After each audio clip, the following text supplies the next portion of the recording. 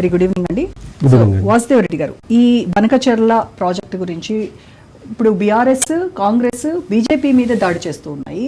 కేంద్రం తెలంగాణకు అన్యాయం చేస్తోంది, అటు ఏపీలో మాత్రము చాలా త్వరగా అనుమతులు ఇవ్వడము, నిధులు ఎక్కువ ఇవ్వడము చేస్తోంది. ఇక్కడ తెలంగాణపై సవతి ప్రేమ చూపిస్తుందని మీరు అంటున్నారు. కానీ అసలు ఈ పాపం, ఈ బనకచెర్ల ప్రాజెక్టు గోదావరి జలాలను ఏపీకి తరలించేటువంటి ప్రక్రియకు బీజం వేసింది మీరు, ఈ పాపం బీఆర్ఎస్దే అని చెప్పేసి కాంగ్రెస్ వాళ్ళు అంటున్నారు. ముందుగా ప్యానెల్లో ఉన్న కో ప్యానలిస్టులకు, మీకు అదేవిధంగా రాజనీస్ ప్రేక్షకులకు గుడ్ ఈవినింగ్ అండి. ముఖ్యంగా ఇది మొదటి నుంచి కూడా మేము చెప్తూనే ఉన్నామండి.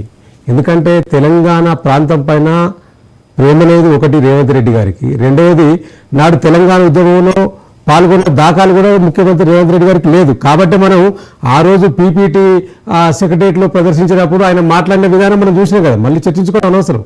ఇప్పుడు కైలాష్ గారు వారంటే ఉద్యమ నాయకుడు, పాపం ఎందుకంటే బీఆర్ఎస్ మీద విమర్శించాలి, రేపు మాకు కార్పొరేషన్ చైర్మన్తో భావిస్తున్న మా తోటి ఉద్యమకారుడు కాబట్టి.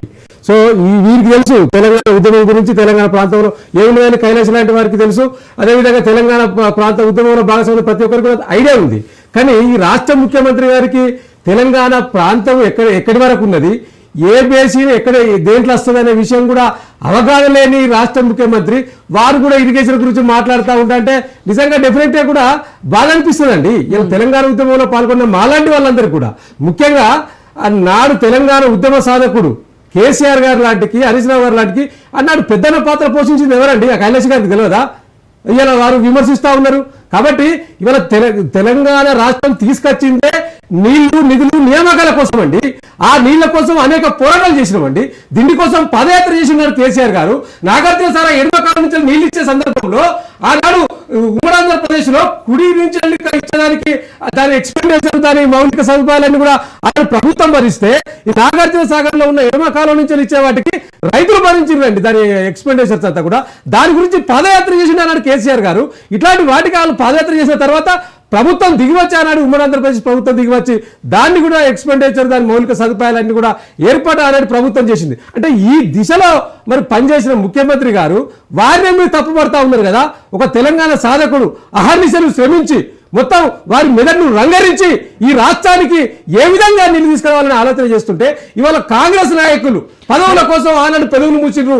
ఈనాడు కూడా మళ్ళీ పదవుల కోసం ముఖ్యంగా చంద్రబాబు నాయుడు అడుగులు మొదలెత్తడానికే రేవంత్ రెడ్డి గారు ప్రయత్నం చేస్తున్నారు తప్పితే తెలంగాణ ప్రాంత ప్రజల పట్ల ఏ మాత్రం చిత్తశుద్ధి లేదనేది వాస్తవము. దానికి లెక్కలు చెప్తారు. 2016లో అపెక్స్ కౌన్సిల్ సమావేశంలో 400 టీఎంసీల నీటిని తరలించుకుపోవడానికి ఏపీకి అనుమతి ఇచ్చింది ఎవరు? ఎస్, మీరు మంచి క్వశ్చన్ అడిగి ఇంతకుముందు కూడా సోదరుడు చెప్పినట్టు ఉన్నది. ఇవాళ అపెక్స్ కౌన్సిల్ కి సంబంధించి ముఖ్యంగా 2016లో జరిగిన అపెక్స్ కౌన్సిల్లో ఏం మాట్లాడినంటే కేసీఆర్ గారు, దానికి అపెక్స్ కౌన్సిల్లో మీరు బనకచెర్లకు నీళ్లు తీసుకోకపోండి అని చెప్పిండా? ఇవాళ ఈ ముఖ్యమంత్రి గారు ఇవాళ వారు మొన్న ప్రజెంటేషన్ లో చదివిండండి, పీపీటీ ప్రజెంటేషన్ లో చదివిండు. ఇగో ఈ పేపర్ చదివిండండి. ఈ పేపర్లో ఎజెండా 1 గురించి చదివిండండి. ఎజెండా 1 అంటే ఈ పైన 1, 2 ఈ 2 పేరాలు ఉన్నాయండి. ఈ 2 పేరాల్లో మొదటి పేర చదివిండండి. ఈ మొదటి పేరాలు ఎక్కడైనా బనకచెర్ల గురించి ఉన్నదా? లేదా రెండో పేరాలు కూడా ఏం చెప్పిండు కేసీఆర్ గారు అన్నాడు? అపెక్స్ కౌన్సిల్ 6వ పేజీ అండి. ఇది 6వ పేజీలోని ఒక ఎజెండా 1 ఇది ఫస్ట్ది. ఈ ఎజెండా 1లో రెండో పేర గురించి నేను చదవకుండా పూర్తి సారాంశం చెప్తానండి.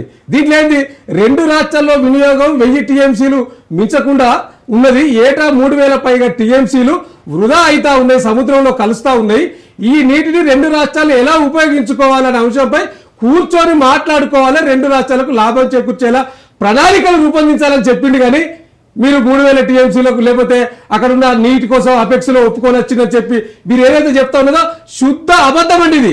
కేసీఆర్ 2 రాష్ట్రాల నీటి ప్రయోజనాల గురించి మాట్లాడాలి తప్పితే అప్పరంగా ప్రాజెక్టును అప్పచెప్తామనో, అప్పరంగా మనకు వచ్చే వాటను, పంపకాలను వారికి దాసోహం చేస్తామని మాత్రం ఎక్కడ లేదండి. దాంట్లో ముఖ్యంగా ఇది లాస్ట్ 5వ పేజ్ అండి. ఇదే పేజీలో 5వ ఎజెండా. ఈ 5వ ఎజెండాలో ఏం చెప్పిండండి? తెలంగాణ నిర్ణయాన్ని స్పష్టంగా తెలిపినాడు కేసీఆర్ గారు. దీని గురించి రేవంత్ రెడ్డి గారికి మాట్లాడే అర్హత లేదు వాస్తవంగా చెప్పాలంటే. గోదావరి నదుల అనుసంధానం ప్రాజెక్టుల విషయంలో తెలంగాణను సంప్రదించకుండా ఎట్టి పరిస్థితుల్లోనూ ముందుకు పోకూడదు.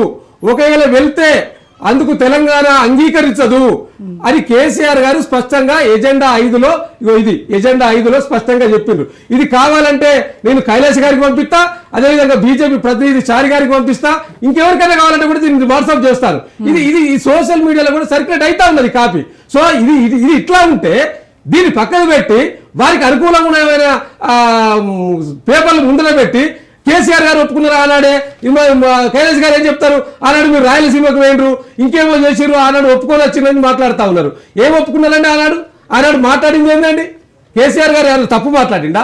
ఏం చెప్పిండు ఆనాడు కేసీఆర్ గారు చెప్పింది? నేను స్పష్టంగా చెప్తాను. ఏమన్నంటే రోజుల దగ్గర రొయ్యల పులుసు తినొచ్చాడు కేసీఆర్ గారు, ఆనాడు మొత్తం వీళ్ళే చేసినని చెప్తున్నాడు. ఏంది ఆనాడు చెప్పిన ప్రపోజల్ ఏంది కేసీఆర్ గారికి నీళ్ళ మీద అవగాహన ఉన్నది కాబట్టి ఇవాళ తెలంగాణ రాష్ట్రంలో ముఖ్యంగా సమ్మక్క సారక్క గోదావరి మీద కట్టిన బ్యారేజ్కి సంబంధించింది ఏదైతే ఉన్నదో ఆ బ్యారేజీ నుంచి వెళ్ళి, అదేవిధంగా నాగార్జున సాగర్ నుంచి శ్రీశైలం, అక్కడి నుంచి సోమశీలకు, రాయలసీమకు నీళ్లు వేయడానికి, మిగులు జలాలు వెళ్ళడానికి మనం అండర్స్టాండింగ్ చేసుకొని మాట్లాడుకోవాలి. దీనివల్ల వచ్చే నీటి పంపకంలో 50-50 ఇవ్వాలని చెప్పి ఏపీతో మాట్లాడిన సందర్భంలో ఏపీ ఒప్పుకోలేదండి ఆనాడు. ఈ ప్రపోజల్ పెట్టింది వాస్తవం, కానీ ఏపీ ఒప్పుకోలేదు కాబట్టి అదనంగా టీఎంసీని దోచుకుపోవడానికే ఇవాళ ఈ యొక్క బనకచెర్ల ప్రాజెక్టును ముందు పెట్టి ఏపీ చేస్తున్న చోద్యాన్ని ఇలా కాంగ్రెస్ ప్రభుత్వం సినిమా లెక్క చూస్తా ఉన్నది తప్పితే ఇది అడ్డుకోవడానికి ఎవరు చేసిందండి? ఇలా మా మాజీ మంత్రి హరీష్ రావు గారు ప్రెస్ మీట్ పెట్టేదాకా కూడా కాంగ్రెస్ నాయకులకు సోయి లేకుండా పోయింది. ఉత్తమ్ కుమార్ రెడ్డి గారు ప్రెస్ మీట్ పెట్టిన తర్వాత పాత డేట్లు వచ్చి కేంద్రానికి లెటర్ రాసి దాన్ని అడ్డుకుంటామని లెటర్ రాసింది. అప్పుడే అవగాహన లేదు, అవగాహన ఉన్నదా లేదా అనేది మన ముఖ్యమంత్రి గారు పీపీటీ ఇచ్చిన సందర్భంలో తెలిసిపోయింది కదా. బనకచెర్ల ఏ బేసిన్ లో ఉన్నది, ఏ జిల్లాకు వస్తుంది, అదేవిధంగా మా దగ్గర ఉన్న దేవదూల ప్రాజెక్టు, వరంగల్ జిల్లాలో ఉన్న దేవదూల ప్రాజెక్టు ఏ బేసిన్ లో ఉన్నాయనే కనీస అవగాహన లేని రాష్ట్ర ముఖ్యమంత్రి గారు వారి కూడా నీళ్ల గురించి మాట్లాడతారంటే ఎట్లా నమ్ముతాం? ఎందుకు నమ్మాలండి?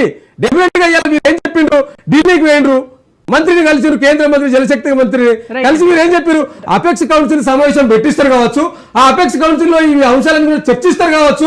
వీళ్ళు 19 నెలలు అయితే దానికి తెలంగాణ ప్రజలు, ఇంజనీర్లు, మేధావులు అందరం భావించడం మీరు కూడా. కానీ అవన్నీ ఏం పెట్టకుండా ఏపీ ముఖ్యమంత్రి గారు ఏం మాట్లాడిండో గదే విషయాలను రేవంత్ రెడ్డి గారు మాట్లాడి ఇది ఇరు రాష్ట్రాలు కూర్చొని మాట్లాడుకుంటే అయిపోతుందని చెప్పిండు. మరి అయిపోతుంటే మీరు ఢిల్లీకి ఎందుకు పోయినా? మాత్రానికి ఢిల్లీకి ఎందుకు పోయినా అండి? మొత్తం టీం అంతా కలిసిపోయారు ఢిల్లీకి. అదేదో ఇక్కడనే కూర్చుంటే అయిపోదా? ఆ లెటర్ ఏదో ఉత్తమ్ కుమార్ రెడ్డి గారితో పంపిస్తే అయిపోకపోయినా, లేకపోతే అధికారులతో పంపిస్తే అయిపోకపోయినా, దానికి ఢిల్లీ దాకా పోవడం ఎందుకు?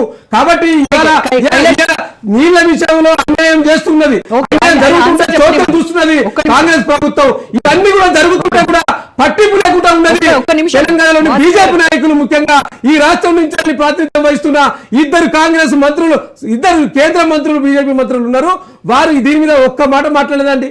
ఎంత సిగ్గుచేటు అండి! తెలంగాణ రాష్ట్ర ప్రయోజనాల గురించి మాట్లాడదా? ఎందుకు మాట్లాడలేరని చెప్పి ఇలా తెలంగాణ ప్రాంత ప్రజలు, తెలంగాణ మేధావులు ప్రశ్నిస్తా ఉన్నారు.